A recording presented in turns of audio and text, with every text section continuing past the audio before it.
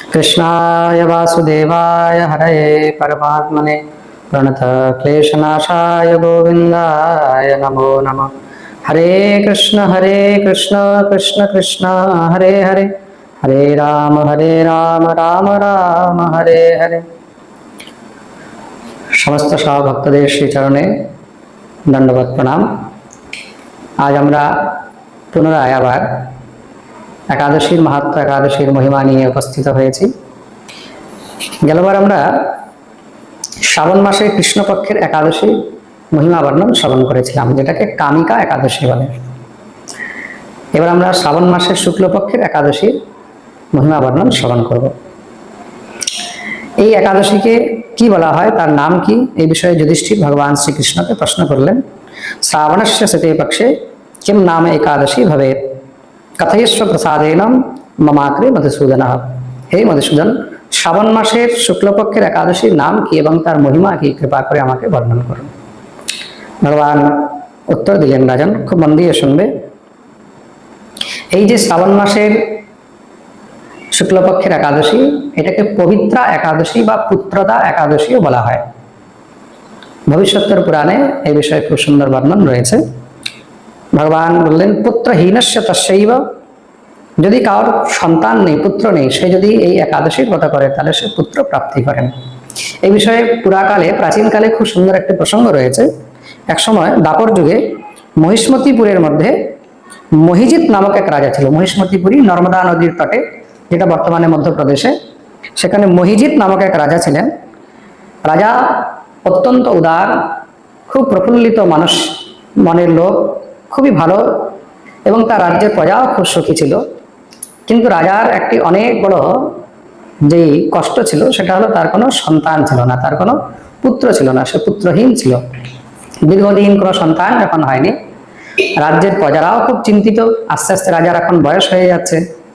সমস্ত প্রজাগণের যে প্রতিনিধি, তারা সবাই রাজার কাছে এসেছে, মহারাজ আপনার তো এখন বয়স হয়ে যাচ্ছে, কিন্তু আপনার কোনো সন্তান নেই, তাহলে এই রাজত্ব কে দেখবে, কে সামলাবে, কে চালাবে?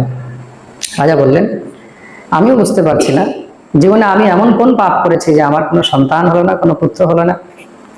সমস্ত সব প্রজাগণ রাজার এই দুঃখ দেখে তারা খুব চিন্তিত হলেন। তখন প্রজাগণের যারা, বিশেষ করে অধিনায়কগণ, যারা নেতৃত্ব করেন বাকি সমস্ত সব রাজ্যের প্রজাদের, ছোট ছোট যারা, তাদের মধ্যে শ্রেষ্ঠজন, তারা সবাই মিলে লোমশ ঋষির কাছে গেলেন। এই লোমশ ঋষি, ইনার বিষয়ে খুব বিশেষ একটি কথা রয়েছে।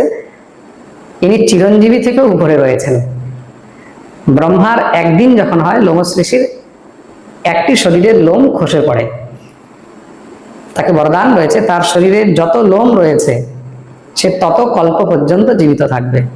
তার মানে একটি কল্প শেষ হয়, লোমশ ঋষির শরীরের একটি লোম খসে পড়ে। এটা হলো লোমশ ঋষির বিশেষতা। সেই লোমশ ঋষির কাছে তারা আগে উপস্থিত হলেন। লোমশ ঋষির কাছে গিয়ে সমস্ত সব প্রজাগণ প্রণাম জানিয়েছেন, প্রার্থনা করলেন। লোমশ ঋষি এখন সবাইকে দেখে খুব প্রসন্ন হয়েছেন, কি ব্যাপার?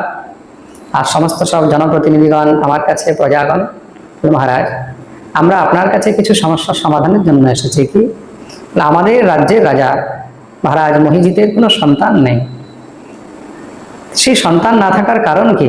তিনি তো মহাপুণ্যবান, তার রাজ্যে আমরা সবাই সুখী আছি, কোন কারণে তার সন্তান হচ্ছে না?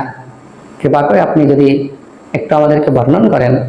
তখন লোমশ ঋষি খুব সুন্দর করে উত্তর দিলেন, খুব মন দিয়ে শুনবে। তিনি তো ত্রিকালদর্শী, তিনি এই সংসারের প্রত্যেক জীবের কত জন্ম কত মৃত্যু দেখেছে। তার জন্য তিনি বললেন, এই রাজা পূর্বজন্মে এক বৈশ্য ছিল, খুব ভালো ব্যবসা ইত্যাদি করতো, সবকিছু করত। আর এক গ্রাম থেকে আরেক গ্রামে ব্যবসার জন্য যেত। একবার যাত্রার মধ্যে সে কোনো এক সরোবরের কাছে, জলাশয়ের কাছে জলপান করার জন্য গিয়ে উপস্থিত হয়েছে। সে যেখানে জলপান করতে গেছে, সেখানেই একটি গাভী নিজের বৎসকে নিয়ে জলপান করতে এসেছিল। সে তখন কোনো কারণে, নিজের ক্রোধের কারণে বা নিজের প্রমাদের কারণে, সেই গাভী আর সেই বৎসটাকে জলপান করতে দেয়নি। সেটা ছিল জ্যৈষ্ঠ মাসের শুক্লপক্ষের দ্বাদশীর দিন। জ্যৈষ্ঠ মাসের শুক্লপক্ষের দ্বাদশীর দিন এই ঘটনাটা ঘটেছিল। সেই গাভী আর সেই বাছুরকে সে জল পান করতে দেয়নি। সেখান থেকে তাদেরকে তাড়িয়ে দিয়েছে। সেখান থেকে তাড়িয়ে দেওয়ার কারণে সে যে অপরাধ হয়েছে, কোনো পশু পক্ষী যখন জলপান করতে আসে, আর জ্যৈষ্ঠ মাস গরমের দিন তারা খুব পিপাসু ছিল, সে অবস্থায় তাদেরকে জলপান না করতে দিয়ে সেখান থেকে তাড়িয়ে দেওয়ার সেই অপরাধের কারণে সে আজ পর্যন্ত পুত্রহীন হয়ে আছে। এটা হলো তার কারণ। তখন সবাই মিলে প্রার্থনা করলেন, তাহলে এমন কি কোনো উপায় নেই এই রাজার এই পাপ নাশ হয় আর তার জন্য পুত্র হয়? তখন ব্রহ্মর্ষি ঋষি বললেন, তার জন্য একটি উপায় আছে। কি? তার জন্য তোমাদেরকে শ্রাবণ মাসের শুক্লপক্ষের এই পুত্রদা একাদশীর ব্রত করতে হবে। এটাকে পবিত্রা একাদশীও বলা হয়। এই একাদশীর ব্রতের ফলে সেই রাজার গৃহে নিশ্চয়ই পুত্রের জন্ম হবে।